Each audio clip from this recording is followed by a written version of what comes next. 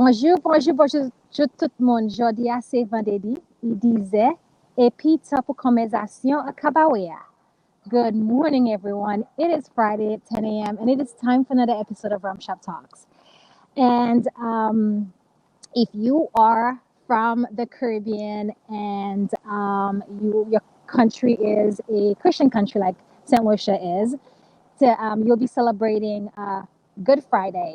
And in almost every St. Lucian household where we celebrate Easter, people are busy making fish cakes.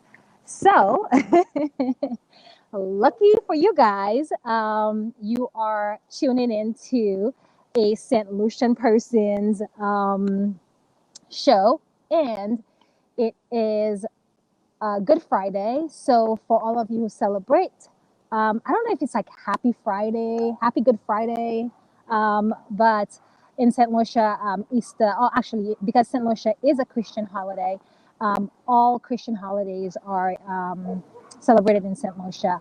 And people are, of course, at the point of getting out of Lent, and Sunday being Easter Sunday. In St. Lucia on Friday, which is usually a holiday, we start off with fish cakes. And so I made a batch for you guys today.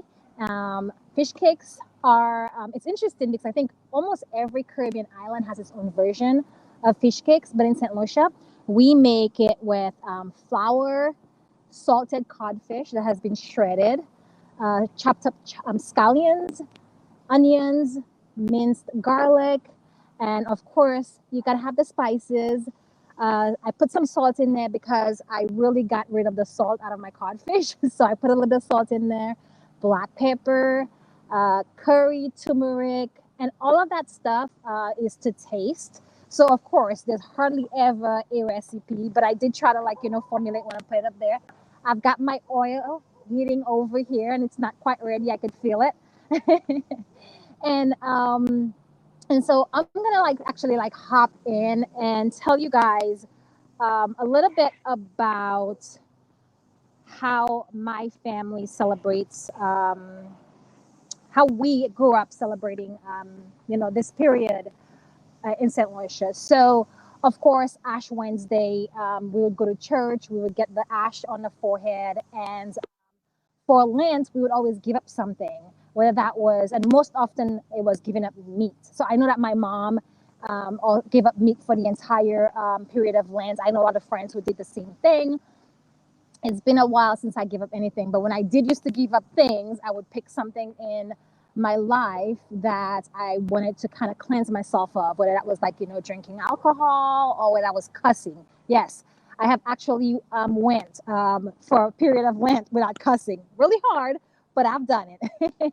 And the idea being that you take that period off of whatever it is that you typically would indulge in. You give yourself a winning of that.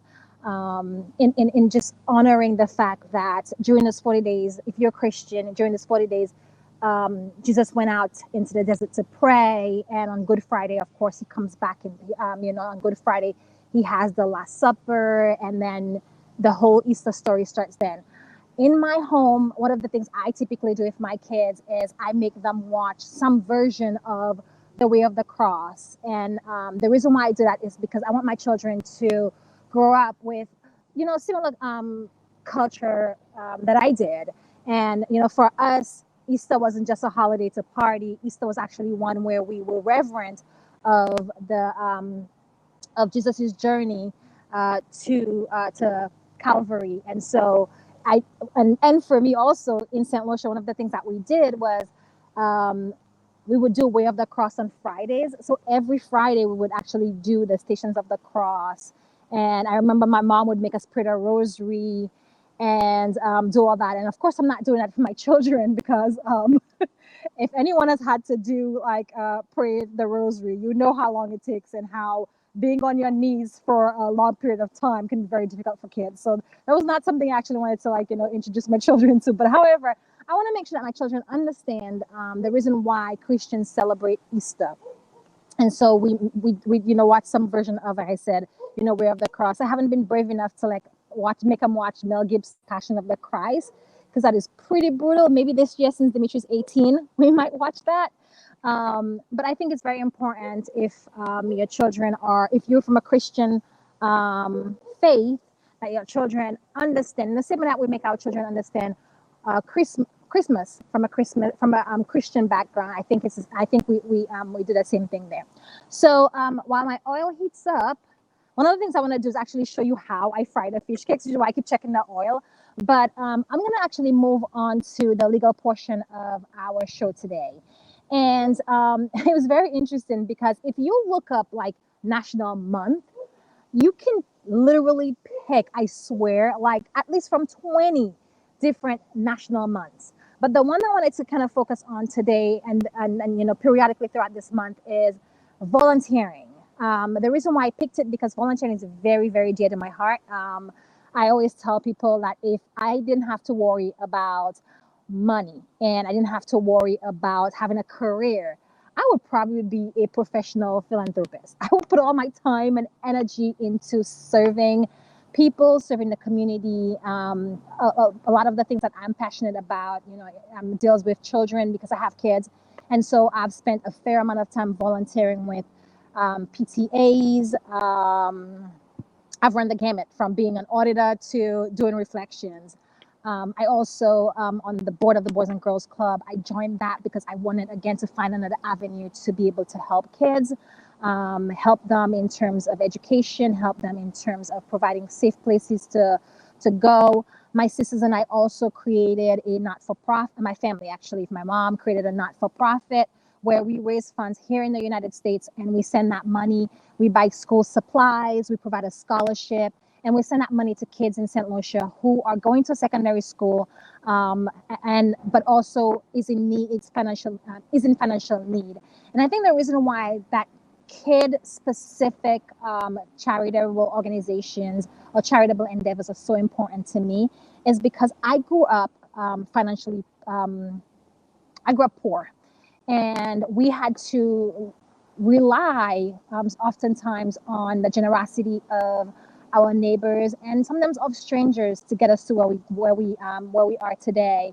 And I never want to forget that. I always want to make sure that all of that generosity that was given to me and my family, that we are all finding a way to pay it forward. And so that's why I devote so much of my time toward volunteering. And one of the things that I encounter as part of my practice, which is absolutely fantastic, is the ability to help my clients find ways to also pursue their own volunteerism by utilizing different kinds of charitable donations. And so, it's like sometimes when you think about charitable donations, you think about writing the check to Red Cross every month or around the holidays, donating to a GoFundMe, and those are all honorable ways to do charitable donations. But you don't only have you're not only limited to to donating to charities during your life. And so one of the things that we do a lot in estate planning for clients who have the interest in doing that is finding ways to help them give money after they pass away or even when they become incapacitated. So I just want to share some of the vehicles that we use, and so that you may, as you're thinking about your estate planning, that you may be thinking about utilizing them. So one of the things that we use is something called a charitable remainder trust. And so a charitable remainder trust pretty much is an irrevocable trust that you create. You fund assets into that trust. You establish a lifetime a beneficiary for a particular time, whether that is for that person's lifetime or for a number of years. And the balance of that money goes to a charitable organization that you establish at that time. And so it's a way for you to make sure that you use your money to benefit your family or your heirs, if that were your choice. But then you also get to benefit a charitable organization at the end of the trust term. So that's one of the methods that we use. We also can do a straight gift in a trust. So I have a lot of clients who will either leave a percentage of the estate to a charity or various charities of their choice. We also maybe will make a charity the alternate beneficiary, meaning that if your primary beneficiaries pass away, a charity or a variety of charities will be the remainder beneficiaries to receive that inheritance. So those are two ways that we utilize charitable donations in estate planning. Another way that we can use is by establishing a private foundation. So, a settler, someone who creates a trust may say, I would like my family to use all this money to create a private foundation. A private foundation is established through, it's a not-for-profit, and so it's established through the IRS under the same provisions as the 501c3s, but it's not it's different from a 501c3. And with a private foundation, usually they're run by families, and they are able to use the money in there, they raise funds to supplement it sometimes, and use that for furthering charitable endeavors. You can also use what we call a donor advised fund. And so what a donor advised fund is, it is actually really cool. I recently became aware of it, and I'm still doing a lot of research. So I'm just going to give you broad strokes on it. A donor advised fund, you can, they're usually managed by big companies. So I know Fidelity has a charitable fund, so does Schwab. And I imagine if you searched donor advised fund, it's very possible that your banking institution may have an ability, the option to that. And what you do is basically you transfer either cash or securities or cash alternatives into one of those charitable funds. And then while you're figuring out what charities you want to benefit, your money is growing. And so and then also you get a tax deduction. So when you put the money in, you get a tax deduction. And we'll talk a little bit about tax deductions in a little bit. But you put the money in, and then the money is appreciated because it's being invested. And then, so what you start off with an amount, you're investing it, which means that amount is growing. And then when you've figured out where you want that money to go, you, working with your financial advisor, can direct those grants towards U.S. not-for-profits, like meaning that they U.S. 501c3s, and so you get to do it that way. So those are all great ways that you can implement beyond what you do during your lifetime. You can implement and make sure that is done at death. One of the other things that we also make sure we do for clients who are inclined to do that, it's like there's a lot of people that I know that are annually giving money to charities. One of the things that we can do is make sure that your power of attorney, gives your agent the power to continue to make those gifts on your behalf. There's a lot of charities, and charities not necessarily just not for profits, but churches, your alma maters, schools, scholarship funds. People are always looking for money. I know that because I've done fundraisers for organizations before, Rotary clubs. They're always looking for money, and what they do is they take that money and they put it towards helping other people. And so if you're the kind of person who's looking for a way to help a particular group sometimes, and you don't know how to help that particular group, sometimes just doing research on a charitable organization that supports that group is a great way to reach those people you're trying to reach without actually being able to do it. And also, it's like we don't always have time. When we think about volunteering, we think about donating time, but we don't always have the time to donate. So even if you don't have the time to donate, but you can donate money, I tell you, charities will never say no to your money. And so I think, the oil I think is hot. So we're gonna actually drop a few of those fish cakes in there so you can see how they sizzle and cook.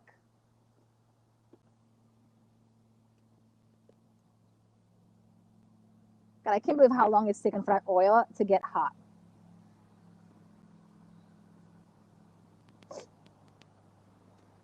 There it's going. And so, like I said, I think it's very important if you are charitably inclined to find ways to benefit a charitable organization. And like I said, you can do so not only when you're, living, but you can leave instructions in your estate plan to make sure that you can do that after you pass away. And for you guys who are local, if you're like, thinking about, well, I want to benefit, but I don't know, I'm just going to like list a couple of charities that I know of that are, and tell you a little bit about them, because it is National Volunteer Month. So one of the charitable organizations that I'm affiliated with is the Ocean Institute down at the harbor. And one of the beautiful things that I've seen the Ocean Institute do, and that my children have been a beneficiary of, it used to be the Pilgrim program. The Pilgrim is not there anymore, but they used to actually do it where the kids could go and do an overnight down there at the Ocean Institute, spend a night on a boat, and they had a whole program. And I can tell you that my kids still talk about, and I've heard kids who went through the system years and years ago who are now adults who are still talking about that program. And one of the things that we saw the Ocean Institute do was sponsor classrooms. So where the school doesn't have enough funds, and you guys, if you are in a district where, it's like there's no money, that the schools don't have the ability sometimes to pay for those things. And we've had the Ocean Institute do programs where they sponsor classrooms for the Pilgrim. They also do like on-site things where the kids go down and they learn about ecology, marine ecology. They learn about how to take care of the ocean. And because we live so close to the ocean, that kind of education is very important for our kids. So the Ocean Institute is a great organization to donate to, and that your money will be going towards not only taking care of the ocean and promoting clean, healthy marine ecosystem, but also allowing the next generation to become educated and to further that work as well. Another charitable organization that I am affiliated with is the Boys and Girls Club of Capistrano Valley. They provide after-school programs for children. For a lot of people who are working, we all know what a latchkey kid is. And these kids get a safe place to go to. They get homework help. There's sports available to them. And the Boys and Girls Club also offers low-cost summer camps for kids. Now, I read an article pretty recently, and it was staggering, but they were talking about the average cost of a summer camp. And it was in the hundreds and upwards in the thousands of dollars in this area. For a lot of families, they cannot afford, a couple of $100 on camp for their kids for a week, or but the Boys and Girls Club actually does it. And it's pretty low cost in the teens for the summer. So giving your money to an organization like the Boys and Girls Club allows them to continue to provide that kind of program and safe space for kids when the parents are not able to be there to take care of them, because not every parent has the ability to not work and to stay at home or to work from home. And we saw that a lot during the pandemic, and the ability to pay for those programs will be even harder with so many families out of work. So those are two charitable organizations. There's also the Rotary clubs. Dana Point has the Sunrise Rotary Club. Logan-Miguel has, I think every city around here has a Rotary club. And what they do is they raise funds, and they take those funds and direct them to smaller charities around. I know that the Logan-Miguel Rotary Club used to support Laura's House, which is a home and a charitable organization that supports women who are victims of domestic violence. It helps them get out of the situation. It provides them a home and also helps them with career skills.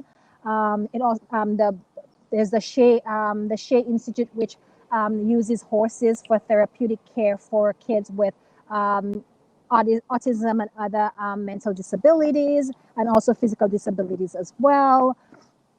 I'm trying to think of another one. There's another one that I'm like completely blanking on right now, but there are so many small, charities. So what the Rotary clubs typically do is they raise the funds as a big organization, and then they find the small organizations that they then turn around and support. Another way that you can, and I know that the Sunrise Rotary also does scholarships to high school kids as well. So giving your money to a Rotary club means that you get to support like high school kids, and you get to support, you know, people, victims of domestic violence, and you get to support homeless people. So you get to actually like get your money, give it once to one organization, and actually get it spread all around. And those are just like small sampling of the various not-for-profits out there that you can support for. And I mentioned that I was going to talk about tax deductions later. So one of the beautiful things about for people is that when you make a donation to a 501c3 exempt or other type of tax exempt organization, you can actually claim that money that you made a donation for, or even if you donated clothes, you can claim that deduction on your taxes to reduce how much taxes you owe. So not only do you get to give and benefit the world, you get to actually be able to reduce your taxable bill as well. As you guys can tell, I can talk about charitable donations for days.